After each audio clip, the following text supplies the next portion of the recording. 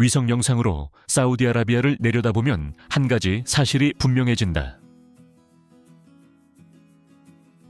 이 나라는 거의 전부가 사막이다.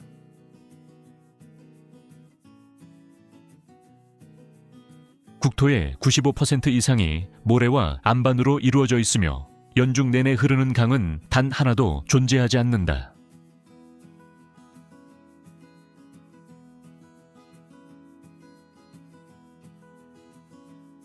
연간 강수량은 대부분 지역에서 100mm에도 미치지 못하고 내린 비마저도 극심한 고온 속에서 순식간에 증발해버린다.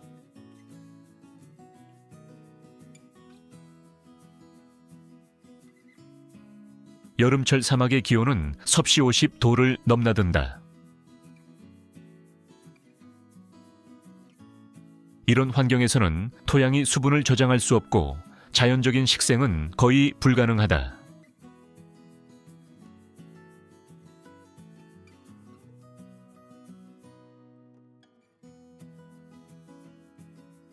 지하에 남아있는 물조차 수천 년 전에 형성된 화석수로 한번 고갈되면 다시 채워질 수 없다.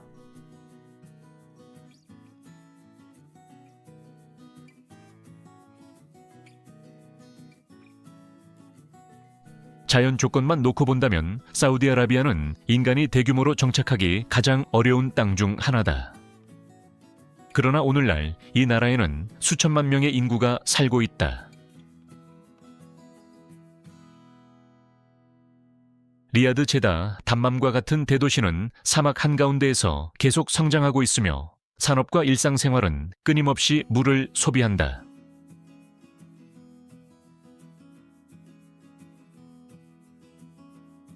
질문은 피할 수 없다. 이런 땅에서 이 모든 물은 어디에서 오는가? 사우디아라비아는 자연을 기다리지 않았다.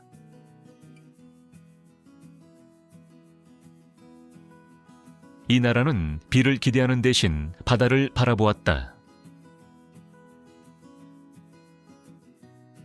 그리고 물을 찾아 나서는 대신 물을 만들어내고 이동시키는 길을 선택했다.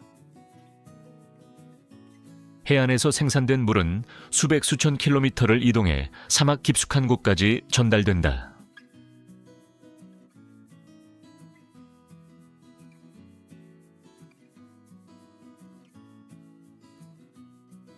이 영상은 사우디아라비아가 어떻게 보이지 않는 강을 만들어냈는지를 추적한다. 모래 아래에 묻힌 거대한 강철 파이프라인 바다에서 태어난 물, 그리고 그 물로 유지되는 도시들.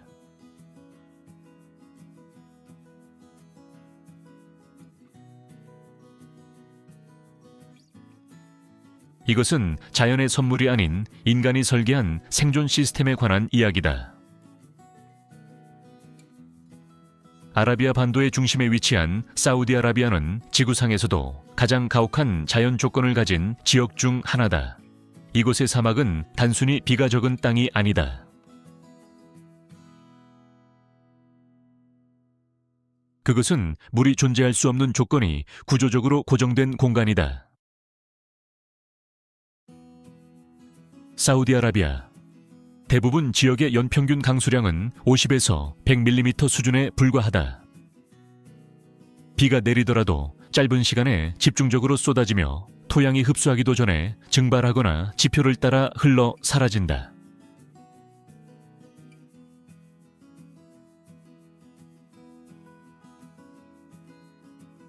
높은 염분을 가진 토양은 수분을 붙잡지 못하고 식물의 뿌리는 안정적으로 자리 잡을 수 없다.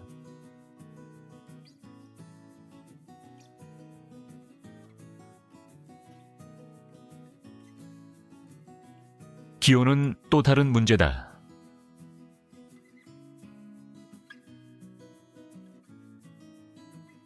여름철에는 낮 기온이 섭씨 50도를 넘는 날이 반복되고 지표면 온도는 그보다 훨씬 높아진다.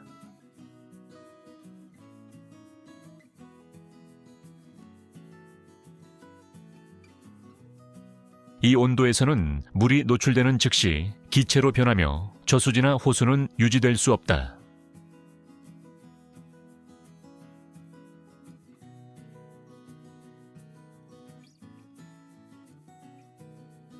따라서 사우디아라비아에는 자연적으로 형성된 담수 호수가 거의 존재하지 않는다.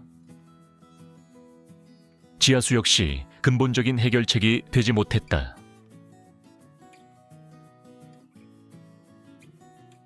사막 아래에 존재하는 물의 상당 부분은 수천 수만 년 전에 형성된 화석수 포실 워터로 현재의 강수와는 거의 연결되어 있지 않다.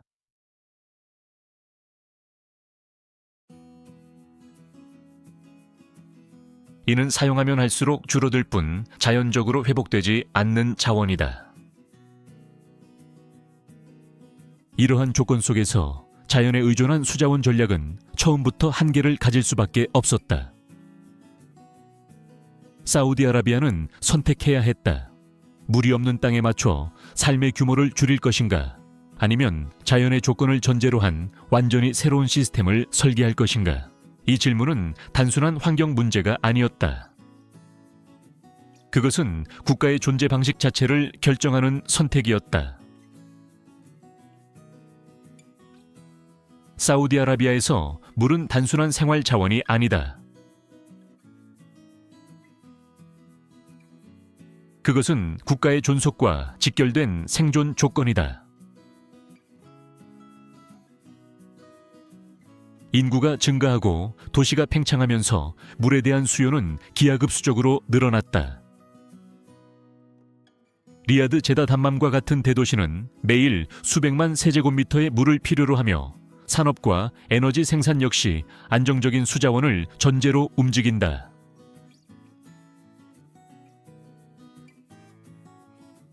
문제는 이 모든 수요를 감당할 자연적인 기반이 존재하지 않는다는 점이다. 농업은 지하수에 의존해 확장되었고 한때는 사막 한가운데 거대한 원형 농장이 등장하기도 했다. 그러나 이러한 방식은 빠르게 한계를 드러냈다. 화석수는 줄어들었고 일부 지역에서는 수위가 회복 불가능한 수준까지 떨어졌다. 이 시점에서 사우디아라비아는 물을 바라보는 방식을 근본적으로 바꾸기 시작했다. 물은 더 이상 자연이 제공하는 자원이 아니라 국가가 직접 만들어내고 통제해야 할 전략적 인프라로 정의되었다. 전력망이나 석유 파이프라인처럼 물 역시 국가 차원의 계획과 투자가 필요한 영역이 된 것이다. 이러한 인식은 물 정책을 에너지 정책 산업 정책과 분리하지 않는 접근으로 이어졌다. 물을 생산하려면 에너지가 필요했고 에너지를 효율적으로 사용하지 않으면 물은 감당할 수 없는 비용이 되었다. 따라서 수자원 전략은 곧 에너지 전략이 되었고 국가 전체의 장기 계획 속에 통합되었다. 사우디아라비아의 선택은 분명했다.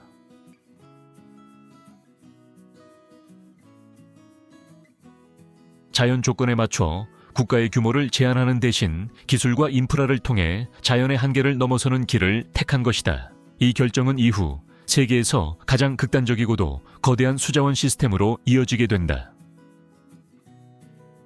사우디아라비아가 선택한 해답은 육지에 있지 않았다. 이 나라는 시선을 돌려 끝없이 펼쳐진 바다를 바라보았다. 홍해와 페르시아만은 사우디아라비아가 가진 거의 유일한 안정적인 수자원이었다. 물론 그 물은 마실 수 없었지만 양만큼은 사실상 무한에 가까웠다. 이 선택은 담수화로 이어졌다.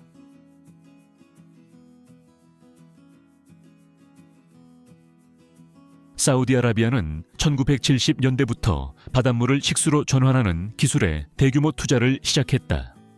그리고 이를 국가 전략 차원에서 운영하기 위해 사우디 워터 컨버전 코퍼레이션 SWCC가 설립되었다. 이 조직은 단순한 공기업이 아니라 국가 전체의 물 생산을 책임지는 핵심 기관이다. 초기에는 열을 이용한 증발 방식이 주로 사용되었지만 기술이 발전하면서 점차 역삼투압 RO 공정이 중심이 되었다. RO 방식은 바닷물에 고압을 가해 염분과 불순물을 제거하는 방식으로 에너지 효율과 확장성이 뛰어나다. 사우디아라비아는 이 기술을 빠르게 대규모로 도입하며 담수화 생산량을 폭발적으로 늘려갔다. 오늘날 사우디아라비아는 세계에서 가장 많은 담수를 생산하는 국가다. 하루 수백만 세제곱미터의 물이 바다에서 만들어져 국가 전역으로 공급된다. 이 물은 더 이상 보조 수단이 아니다. 사우디아라비아의 도시와 산업 그리고 일상생활을 지탱하는 주요 수원이 되었다. 이 결정은 극단적이지만 논리적이었다. 비가 오기를 기다리는 대신 언제든 생산할 수 있는 물을 선택한 것이다. 바다는 더 이상 국경의 끝이 아니라 국가 인프라의 시작점이 되었다. 이제 문제는 물을 만드는 것이 아니라 그 물을 어디로 어떻게 보낼 것인가였다. 담수화가 국가 전략으로 확정되자 사우디아라비아는 소규모 설비를 넘어 세계 최대 규모의 산업 시스템을 구축하기 시작했다. 홍해와 페르시아만 연안을 따라 수십 개의 초대형 담수화 플랜트가 연속적으로 건설되었다. 이 시설들은 단순한 공장이 아니라 하나의 도시를 통째로 유지할 수 있는 물을 생산하는 거대한 인프라다. 얀부 주베일, 주바일 라스 알카이르, 랏 알카이르 와 같은 플랜트는 하루 수백만 세제곱미터의 담수를 생산한다. 특히 라스 알카이르 단지는 세계 최대 규모의 담수화 복합 단지 중 하나로 발전소와 담수화 설비가 하나의 시스템으로 통합되어 있다. 전기와 물이 동시에 생산되며 에너지 효율을 극대화한다. 이 공장들의 핵심은 연속 운전이다. 담수화 설비는 하루 24시간 1년 365일 멈추지 않고 작동한다. 바다는 쉬지 않기 때문이다. 수천 개의 센서가 압력, 염분, 농도, 유량, 온도를 실시간으로 감시하며 자동 제어 시스템이 즉각적으로 반응한다. 사람의 개입은 최소화되고 안정성과 일관성이 최우선으로 유지된다. 기술 역시 빠르게 진화했다. 초기의 열 증발 방식은 에너지 소모가 컸지만 최신 플랜트에서는 다단 RO 공정과 에너지 회수 장치가 결합되어 효율이 크게 향상되었다. 그 결과 물 1세제곱미터를 생산하는 데 필요한 에너지는 지속적으로 감소하고 있다. 이 거대한 담수화 공장들은 하나의 메시지를 전달한다. 사우디아라비아에서 바다는 더 이상 자연 경계가 아니다. 그것은 국가를 유지하는 산업적 수원이 되었다. 담수화로 물을 만드는 데 성공했지만 사우디아라비아 앞에는 또 하나의 거대한 문제가 기다리고 있었다. 물이 있는 곳과 물이 필요한 곳이 완전히 달랐다는 사실이다. 대부분의 담수화 플랜트는 홍해와 페르시아만 연안에 위치해 있다. 바다는 물을 만들기에 이상적인 장소였지만 사우디아라비아의 주요 도시와 인구 중심지는 해안이 아닌 내륙에 자리 잡고 있다. 수도 리야드는 바다에서 수백 킬로미터 떨어진 사막 한가운데에 위치해 있으며 고도 역시 상당히 높다. 이 물을 트럭이나 철도로 운반하는 것은 현실적인 선택지가 아니었다. 하루 수백만 세제곱미터에 달하는 물을 지속적으로 이동시키기에는 물류 비용과 시간 안정성 모두에서 한계가 명확했다. 물은 일회성 화물이 아니라 끊임없이 흐르는 생명선이 필요했다. 결국 사우디아라비아는 하나의 결론에 도달했다. 이 문제를 해결할 수 있는 방법은 단 하나, 국가 전체를 관통하는 고정된 수송 시스템을 구축하는 것이었다. 눈에 보이는 수로가 아니라 사막 아래에 묻힌 거대한 관을 통해 물을 보내는 방식이다. 이 선택은 물을 단순한 소비재가 아닌 정이나 가스처럼 파이프라인으로 공급되는 인프라로 정의하는 순간이었다. 물은 이제 생산지에서 소비지까지 중단 없이 이동해야 했다. 이렇게 해서 사우디아라비아 역사상 가장 거대한 인프라 중 하나가 구상된다. 지도에는 표시되지 않지만 국가 전역을 가로지르는 보이지 않는 강. 사막 아래에서 흐르는 강철로 만들어진 물의 길이다. 사우디아라비아가 선택한 해답은 강을 파는 것이 아니었다. 이 나라는 사막 아래에 강을 묻었다. 눈에 보이지 않지만 국가 전역을 관통하는 하나의 거대한 흐름. 이것이 바로 사우디아라비아의 물 파이프라인 시스템, 이른바 강철로 만들어진 강이다. 이 파이프라인은 단순한 관이 아니다. 직경이 약 1.8m에 달하는 대형 탄소강 파이프가 수천 킬로미터에 걸쳐 연결되어 있다. 각 파이프는 극한의 온도 변화와 높은 내부 압력을 견딜 수 있도록 설계되었으며 사막의 모래 아래 깊숙이 매설된다. 이는 증발을 막고 외부 충격으로부터 보호하기 위한 선택이다. 사막 환경은 이 시스템에 가혹한 시험을 가한다. 낮과 밤의 온도 차이는 30도 이상 벌어지고 여름에는 파이프 외부 온도가 60도를 넘기도 한다. 강철은 팽창과 수축을 반복하며 작은 결함 하나가 대규모 누수로 이어질 수 있다. 따라서 파이프 설계에는 열팽창을 흡수하는 여유 구조와 특수 조인트가 포함된다. 시공 과정 역시 정밀함을 요구한다. 파이프는 현장에서 자동 용접 장비로 연결되고 모든 용접부는 초음파 검사로 내부 결함 여부를 확인한다. 외부에는 다층 코팅이 적용되어 부식과 염분 침투를 차단한다. 사막의 모래는 마른 것처럼 보이지만 염분을 포함하고 있어 장기적으로는 금속을 공격할 수 있기 때문이다. 이 파이프라인은 낮에도 밤에도 멈추지 않는다. 물은 끊임없이 흐르며 해안에서 만들어진 담수를 사막 깊숙한 곳으로 운반한다. 지도 위에는 존재하지 않지만 이 보이지 않는 강은 사우디아라비아의 도시와 삶을 실제로 연결하고 있다. 자연의 강이 없는 나라에서 강은 이렇게 만들어졌다. 사막에 파이프라인을 건설하는 일은 단순히 강철을 묻는 작업이 아니다. 그것은 자연 조건과의 지속적인 전쟁에 가깝다. 사우디아라비아의 파이프라인은 바람, 모래, 열, 그리고 시간이라는 네 가지 적과 동시에 싸워야 한다. 가장 큰 위협은 극단적인 온도 변화다. 여름철 낮에는 지표면 온도가 섭씨 60도를 넘지만 밤이 되면 급격히 떨어진다. 이러한 반복적인 열 팽창과 수축은 파이프라인에 지속적인 응력을 가한다. 이를 해결하기 위해 엔지니어들은 파이프 매설 깊이를 정밀하게 계산하고 신축을 흡수할 수 있는 구조적 여유를 설계에 포함시켰다. 모래 역시 단순한 장애물이 아니다. 강풍이 불면 모래는 연마제처럼 작용해 외부 보호층을 마모시킨다. 따라서 파이프 외부에는 다층 폴리머 코팅과 음극 보호 시스템이 적용된다. 이 시스템은 금속이 스스로 부식되지 않도록 전기적으로 보호하는 방식으로 수십 년간의 사용을 전제로 설계되었다. 건설 이후에도 전쟁은 끝나지 않는다. 파이프라인 전 구간에는 압력 유량 온도를 감시하는 센서가 설치되어 있으며 중앙 관제 시스템이 실시간으로 데이터를 분석한다. 미세한 압력 변화만 감지되어도 즉시 경보가 울리고 해당 구간은 점검 대상으로 전환된다. 정기적인 유지 보수 역시 필수다. 내부에는 검사 로봇, 이른바 피그픽가 투입되어 파이프 내부를 이동하며 균열과 침식을 탐지한다. 이 로봇들은 사람이 접근할 수 없는 수백 킬로미터 구간을 스스로 검사한다. 이처럼 사막 속 파이프라인은 한번 만들어지고 끝나는 구조물이 아니다. 그것은 끊임없이 감시되고 관리되며 자연과 맞서 유지되는 살아있는 인프라다.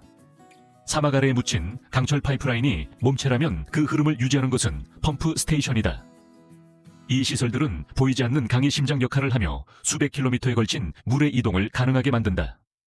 사우디아라비아 전역에는 수십 개의 대형 펌프 스테이션이 일정한 간격으로 배치되어 있다. 각 펌프 스테이션은 보통 80에서 120km 간격으로 설치된다. 이곳에는 수 메가와트급 전동 펌프가 여러 대 병렬로 배치되어 있으며 한 번에 수천 세제곱미터의 물을 다음 구간으로 밀어낸다. 펌프는 단순히 물을 보내는 장치가 아니다. 압력 유량 온도를 정밀하게 조절하며 전체 시스템의 균형을 유지한다. 이 설비들은 24시간 365일 멈추지 않고 작동한다. 단 한 곳의 펌프가 정지하더라도 그 영향은 수백 킬로미터 떨어진 도시까지 즉각적으로 전달될 수 있다. 이를 대비해 모든 스테이션에는 이중화 시스템이 적용된다. 주 펌프가 고장나면 즉시 예비 펌프가 가동되고 전력 공급 역시 다중 경로로 설계된다. 중앙통제센터에서는 전국의 펌프 스테이션 상태가 실시간으로 모니터링된다. 운영자는 화면을 통해 압력 그래프와 유량 변화를 확인하며 필요할 경우 즉각 원격 조정을 수행한다. 이는 사람의 감각이 아닌 데이터에 기반한 운영 방식이다. 사막의 한가운데 외부에서는 거의 보이지 않는 이 시설들은 사우디아라비아 도시들의 일상을 지탱한다. 수도꼭지를 틀면 나오는 물 뒤에는 이러한 보이지 않는 심장들이 쉼없이 뛰고 있다. 이 강은 자연이 만든 것이 아니다. 그러나 그 흐름은 자연의 강만큼이나 멈출 수 없다. 사우디아라비아의 보이지 않는 강은 단순히 사막을 가로지르는 것이 아니다. 이 물은 여러 구간에서 중력을 거슬러 위로 이동해야 한다. 특히 내륙의 나즈드 고원지대는 해안보다 수백 미터 이상 높아물을 안정적으로 공급하기 위해서는 막대한 에너지가 필요하다. 이 구간에서 파이프라인 시스템은 가장 큰 시험을 받는다. 물을 높은 고도로 끌어올릴수록 내부 압력은 급격히 증가하고 파이프와 밸브 펌프에 가해지는 부담도 커진다. 이를 해결하기 위해 엔지니어들은 구간별로 압력을 단계적으로 분산시키는 설계를 적용했다. 물은 한 번에 정상까지 올라가는 것이 아니라 여러 펌프 스테이션을 거치며 점진적으로 상승한다. 에너지 소비는 이 시스템의 가장 큰 비용 요소 중 하나다. 담수화 자체도 많은 전력을 요구하지만 이렇게 생산된 물을 내륙 깊숙이 보내는 과정 역시 막대한 에너지를 필요로 한다. 따라서 사우디아라비아의 수자원 전략은 에너지 정책과 분리될 수 없다. 물은 석유와 가스 전력망과 긴밀하게 연결된 자원이다. 최근에는 효율 개선을 위한 다양한 시도가 이루어지고 있다. 고효율 모터, 가변 속도 드라이브, 압력 회수 장치가 도입되어 불필요한 에너지 손실을 줄인다. 또한 펌프 가동 시간과 유량은 수요 예측 데이터에 따라 정밀하게 조정된다. 이 과정은 단순한 기술 문제가 아니다. 사막 위로 물을 끌어올리는 일은 자연의 조건을 계산 가능한 변수로 바꾸는 작업이다. 이 보이지 않는 강은 땅을 따라 흐르지 않는다. 그것은 에너지와 계산을 따라 위로 흐른다. 보이지 않는 강의 여정은 파이프라인에서 끝나지 않는다. 물이 사막을 건너 도시 경계에 도달한 순간부터 또 하나의 정교한 시스템이 작동하기 시작한다. 사우디아라비아의 대도시들은 지표 위에 강을 갖고 있지 않지만 그 아래에는 거대한 도시형 수자원 네트워크가 숨겨져 있다. 리야드와 같은 내륙 도시는 사막 한가운데에 위치해 있음에도 안정적인 수압과 수질을 유지한다. 이는 도시 외곽에 설치된 대형 지하 저수조 덕분이다. 이 저수조들은 수백만 세제곱미터의 물을 저장할 수 있으며 공급이 일시적으로 중단되더라도 도시 전체가 즉각적인 영향을 받지 않도록 완충 역할을 한다. 저장된 물은 다시 구역별로 분배된다. 주거지역 산업. 단지 공공시설은 각각 다른 수요 패턴을 가지기 때문에 공급 압력과 유량은 세밀하게 조정된다. 중앙관제 시스템은 실시간 소비 데이터를 분석해 특정 지역의 사용량이 급증할 경우 자동으로 공급을 재조정한다. 이 과정에서 수질 관리 역시 핵심이다. 장거리 이동을 거친 물은 도시 진입 전 다시 한번 소독과 품질 검사를 거친다. 염분 미네랄 농도, 박테리아 수치가 기준 범위 안에 있는지 확인된 뒤에야 물은 가정과 시설로 보내진다. 도시의 주민들은 이 복잡한 과정을 거의 인식하지 못한다. 수도꼭지를 틀면 물이 나오는 것은 일상적인 행위이기 때문이다.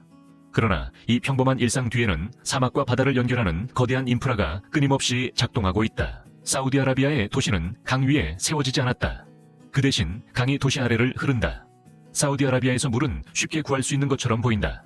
도시에서는 수도가 안정적으로 공급되고 물값 역시 비교적 낮게 유지된다.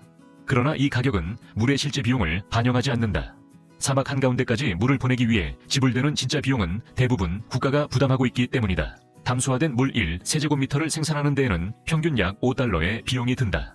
여기에 장거리 파이프라인 운영, 펌프 스테이션 전력 소비 유지, 보수 비용까지 더하면 실제 비용은 훨씬 높아진다. 그러나 소비자가 지불하는 금액은 이보다 훨씬 낮게 책정되어 있다. 그 차액은 국가 보조금으로 메워진다. 이 구조는 사회적 안정과 경제 성장을 위해 선택된 전략이다. 물이 생존 자원인 국가에서 물값의 급격한 상승은 곧 생활비 폭등과 사회적 불안으로 이어질 수 있다. 따라서 사우디아라비아는 물을 공공재로 간주하고 가격을 통제한다. 하지만 이 정책에는 대가가 따른다. 물의 실제 가치를 체감하지 못할 경우 과소비로 이어질 가능성이 있기 때문이다. 최근 사우디아라비아 정부는 이러한 문제를 인식하고 점진적인 요금 개편과 절약 캠페인을 병행하고 있다. 스마트 계량기 도입과 사용량 기반 요금제는 그 일환이다. 물의 가격은 단순한 숫자가 아니다. 그것은 한 사회가 자원을 어떻게 바라보는지를 보여주는 지표다. 사우디아라비아에서 물값은 기술과 에너지 그리고 국가 재정이 함께 지탱하는 결과물이다. 사막에서 흐르는 이 보이지 않는 강은 무료가 아니다. 그 비용은 눈에 보이지 않는 곳에서 계속 지불되고 있다. 위성 사진에서 사우디아라비아의 사막을 바라보면 이해하기 어려운 장면이 나타난다. 끝없이 펼쳐진 황갈색 대지 위에 완벽한 원형의 초록색 농경지가 점처럼 흩어져 있다. 이는 자연의 우연이 아니라 중앙회전식 관계 피벗, 이그리게이션 시스템이 만들어낸 인공적인 풍경이다. 이 농장들은 사막 한가운데에서 밀 사료용 작물, 일부 채소를 재배한다. 물은 하늘에서 떨어지지 않는다. 바다에서 담수화된 물이 파이프라인을 통해 내륙으로 이동한 뒤 다시 농업용으로 사용된다. 기술적으로는 놀라운 성과다. 사막에서도 작물은 자랄 수 있다는 것을 증명했기 때문이다. 그러나 이 성과는 동시에 논쟁을 낳았다. 담수화된 물을 농업에 사용하는 것은 극도로 비싼 선택이다. 물 1세제곱미터에 담긴 에너지와 비용을 고려하면 일부 작물은 경제적으로 경쟁력이 없다는 지적이 나온다. 실제로 사우디아라비아는 한때 밀 자급 정책을 추진했지만 막대한 수자원과 에너지 소비로 인해 방향을 수정한 바 있다. 현재 사우디아라비아의 농업 전략은 변화하고 있다. 물을 많이 소비하는 작물은 점차 줄이고 상대적으로 효율이 높은 품목이나 전략적 필요성이 있는 생산에 집중한다.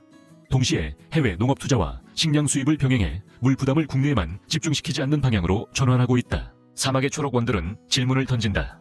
기술로 어디까지 자연을 바꿀 수 있는가? 그리고 그 대가는 무엇인가? 사우디아라비아의 인공농업은 성공과 한계를 동시에 보여주는 사례다. 그것은 가능성을 증명하는 동시에 지속 가능성에 대한 고민을 요구한다. 사우디아라비아에 보이지 않는 강은 인류가 자연의 한계를 어떻게 넘을 수 있는지를 보여주는 극단적인 사례다. 그러나 이 거대한 시스템이 완벽한 해답인지에 대해서는 여전히 많은 논쟁이 존재한다. 가장 먼저 지적되는 문제는 에너지 의존성이다. 담수화와 장거리 수송은 모두 막대한 전력을 필요로 한다. 이 전력의 상당 부분은 여전히 화석연료에 기반하고 있으며 이는 물 안보를 에너지 안보와 분리할 수 없게 만든다. 에너지 가격이 상승하거나 공급이 불안정해질 경우 물 시스템 전체가 영향을 받을 수 있다. 두 번째 논쟁은 해양 환경이다. 담수화 과정에서 발생하는 고농도 염수는 다시 바다로 방류된다. 이 염수는 주변 해역의 염분 농도를 높이고 장기적으로 해양 생태계에 어떤 영향을 미칠지에 대해서는 아직 명확한 결론이 없다. 특히 홍해와 같이 폐쇄적인 해역에서는 그 영향이 더 크게 나타날 수 있다는 우려가 제기된다. 또 하나의 위험은 집중형 시스템의 취약성이다. 물 생산과 수송이 소수의 대형 시설과 파이프라인에 의존할 경우 기술적 결함이나 사고 혹은 외부 위협은 광범위한 영향을 초래할 수 있다. 이 때문에 사우디아라비아는 이중화와 분산 설계를 강화하고 있지만 완전한 무위험 시스템은 존재하지 않는다. 마지막으로 이 모델이 다른 국가에 그대로 적용될 수 있는지에 대한 의문도 있다. 막대한 자본 에너지 자원, 기술 역량이 없다면 동일한 시스템을 구축하기는 현실적으로 어렵다. 이는 사우디아라비아의 해법이 보편적 해결책이라기보다 특정 조건에서 가능한 선택지임을 의미한다. 이 논쟁들은 실패를 의미하지 않는다. 오히려 이는 극단적인 환경에서 살아남기 위한 해법이 얼마나 많은 대가와 책임을 동반하는지를 보여준다. 사우디아라비아에는 강이 없다. 그러나 이 나라는 강을 만들었다. 그 강은 산에서 시작되지 않고 바다에서 태어난다. 자연의 흐름을 따르지 않고 강철과 전력 계산된 압력에 의해 움직인다. 사막 아래에 묻힌 파이프라인은 눈에 보이지 않지만 그 안에서는 하루도 쉬지 않고 물이 흐른다. 이 보이지 않는 강은 사우디아라비아의 도시와 산업, 그리고 일상을 지탱한다. 리야드의 수도꼭지에서 나오는 물 공장의 냉각수 사막 농장의 관계수는 모두 같은 출발점을 가진다. 그것은 비가 아니라 바다다. 이 시스템은 인간이 자연을 정복했다는 이야기가 아니다. 오히려 자연이 제공하지 않는 것을 기술과 자본 에너지로 대신한 선택에 가깝다. 그 선택은 엄청난 비용과 책임을 수반하며 영구적인 해답이라기보다는 유지되어야 하는 구조다. 사우디아라비아의 사례는 하나의 질문을 남긴다. 물이 없는 땅에서 국가는 어디까지 갈 수 있는가? 이 나라의 대답은 분명하다. 자연이 길을 만들지 않는다면 인간이 길을 만든다. 강이 없다면 강을 설계한다. 그러나 그 강은 언제나 관리와 에너지를 요구한다. 사막 위에 흐르는 이 강은 지리의 산물이 아니다. 그것은 선택의 결과다.